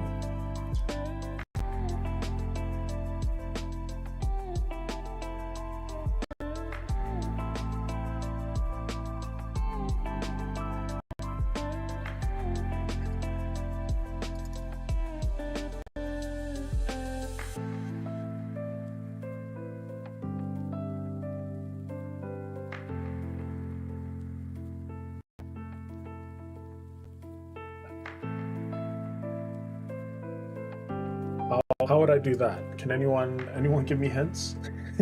anyone with any advice? My issue is I want it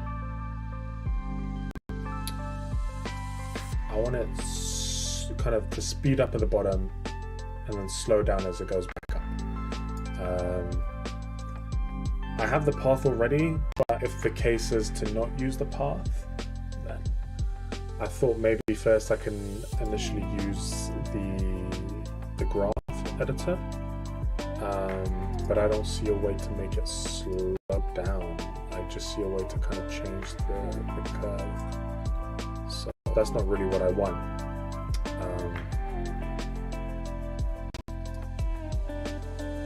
Kind of want a more dynamic.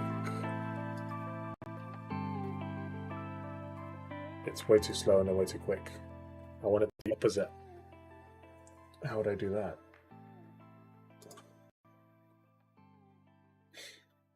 Anyway.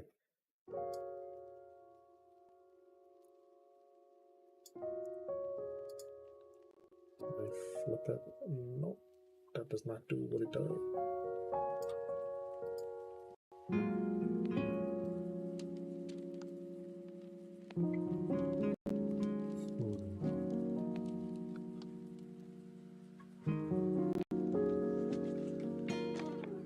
Edit speed. Wait, okay, I was in the wrong graph. Okay, now we're cooking with fire. Yeah, boy. This looks confusing. Okay, right. Let's zoom out.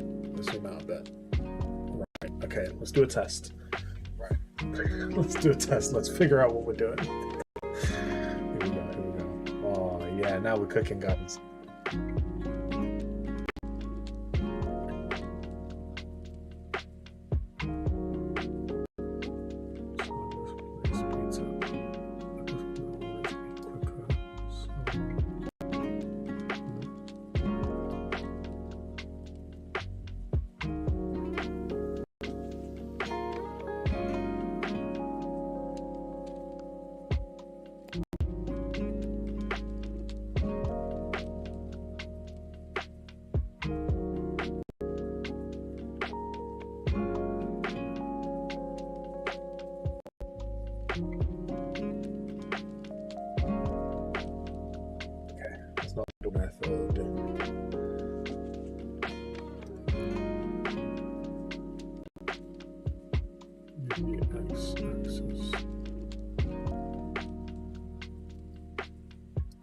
It's still adjusting. It's a speed graph, but I'm still adjusting the.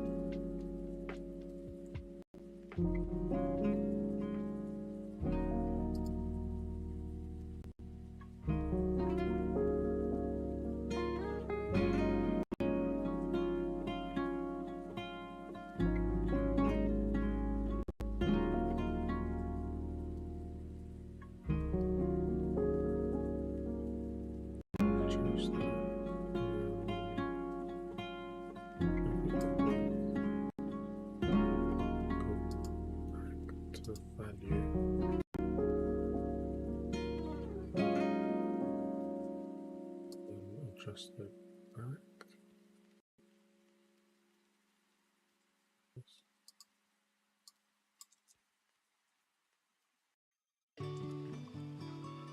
Oh. No, I have to do it manually, which I'm not looking forward to.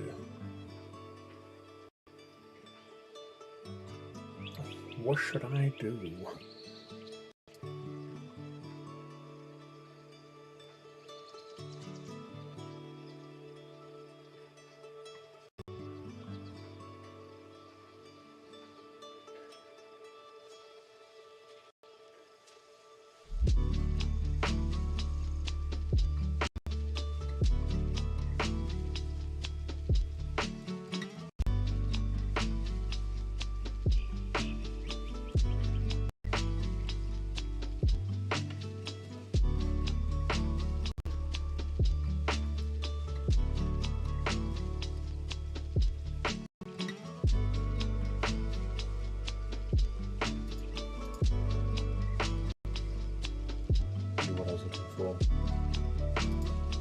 Just googling online real quick to see if I can do it.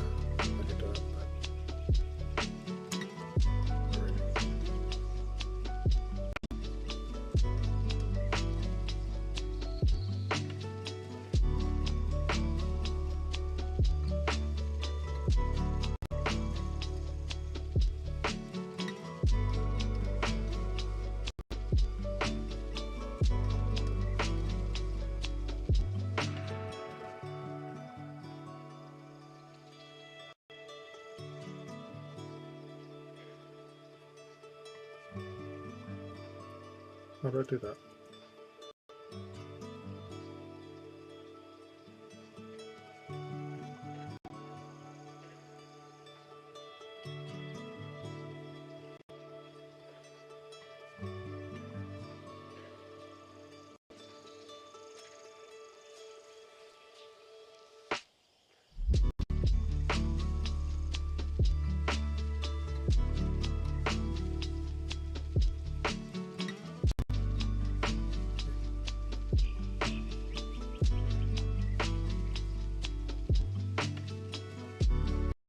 So that's just the even one. I add easy ease. And close. Oh, I don't know if that's the only thing.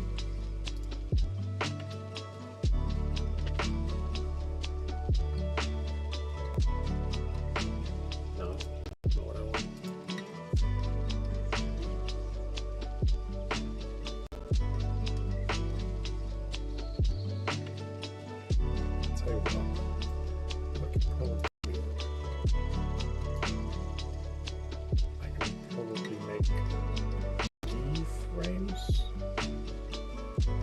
around here. Why did that mess everything up? What? What? There you go.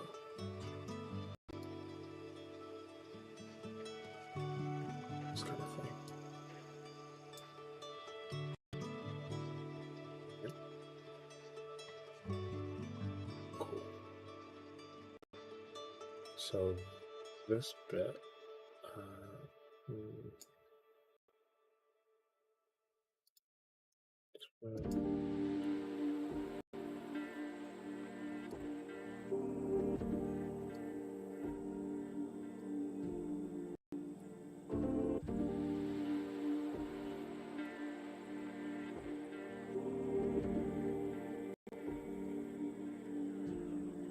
So it should be quick and real slow. Okay.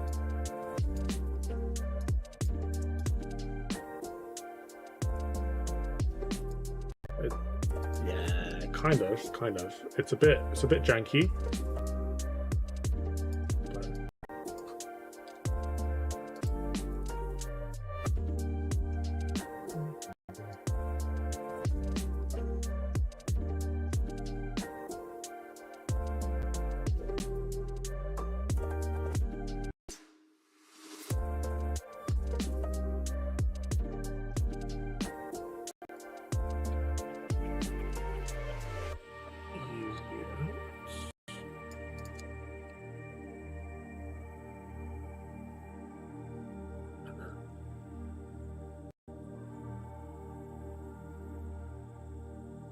There's just a sudden jolt. I think I need the transit to be slightly...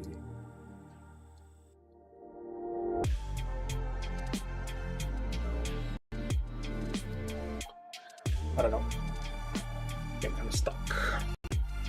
I think I might call it there for now. And figure out what I can do later on.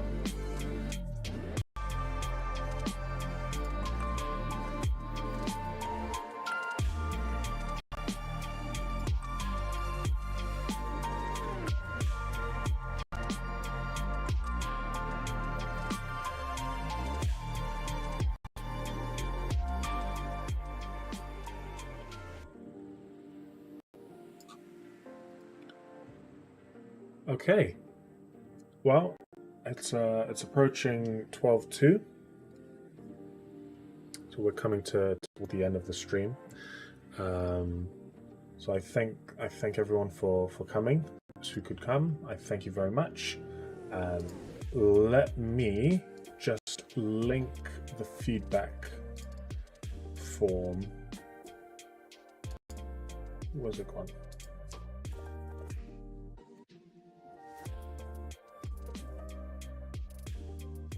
There you go.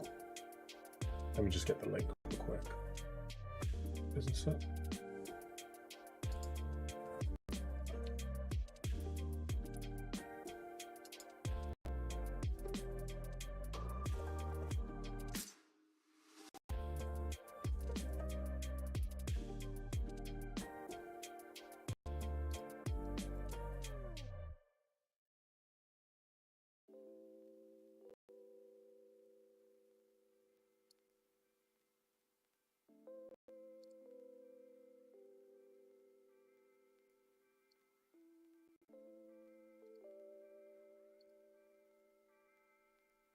Let me get the link. So I'm just getting the link.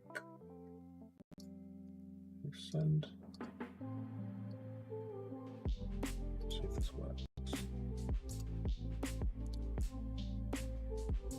Great. Okay, cool. Well, I'm gonna link. It's in the YouTube chat. I have a link. I've also sent it to you in person as well. So the form, basically, it's just to see your opinion on the stream, your opinion on your experience, and also your kind of like work at home kind of habits, your work at home well, I wouldn't say habits, but just the style, the way you like to work from home. All the information as much as you can, as little as possible. Feel free to do whatever you need to do. But if you could just take out a little bit of time out of your day to just fill that in for me real quick, it'll help me just get a general sense of kind of the target audience, which is you guys, freelance designers who work from home, just creatives in general. At the end as well of the form, there's a little address and name box. If you fill that in, I am happy to send you a little gift as a thank you for filling in the form and as a thank you for coming to the live stream. Even if you stuck around the whole time, or if you were just here for a short while, doesn't matter. I'm happy regardless to hear what you think. There's also a box there to give general opinions. If you have any ideas, any suggestions as to what we could do in the future, something that would help you engage more, something that you think would add to the stream or to add to the community, I would love to hear any and all feedback that you may have for me. So as a quick thank you to everyone that's come here. This has been Designers Alliance, the live stream, the daily live stream, and I hope that you can join us soon. We might do a live stream depending on how the feedback goes, and I'm going to take it in all tomorrow and later today as well. And depending how that goes, we might either do another test live stream, or we might just go live and publish and do an actual live stream on Monday. If we do one on Monday, you can expect some industry news. We're going to cover some industry news. We're going to do some inspirational research and kind of look at some portfolios and that sort of thing to get us started during the day, and always around to answer any questions. So thank you again for coming. The social medias as well, give that a follow. It's Designers Alliance on Instagram, and there you have a link to all the other bits as well. So again, thank you very much, guys, for coming. I appreciate everything. I hope you have a beautiful rest of the day. Enjoy your weekend, and I will see you around.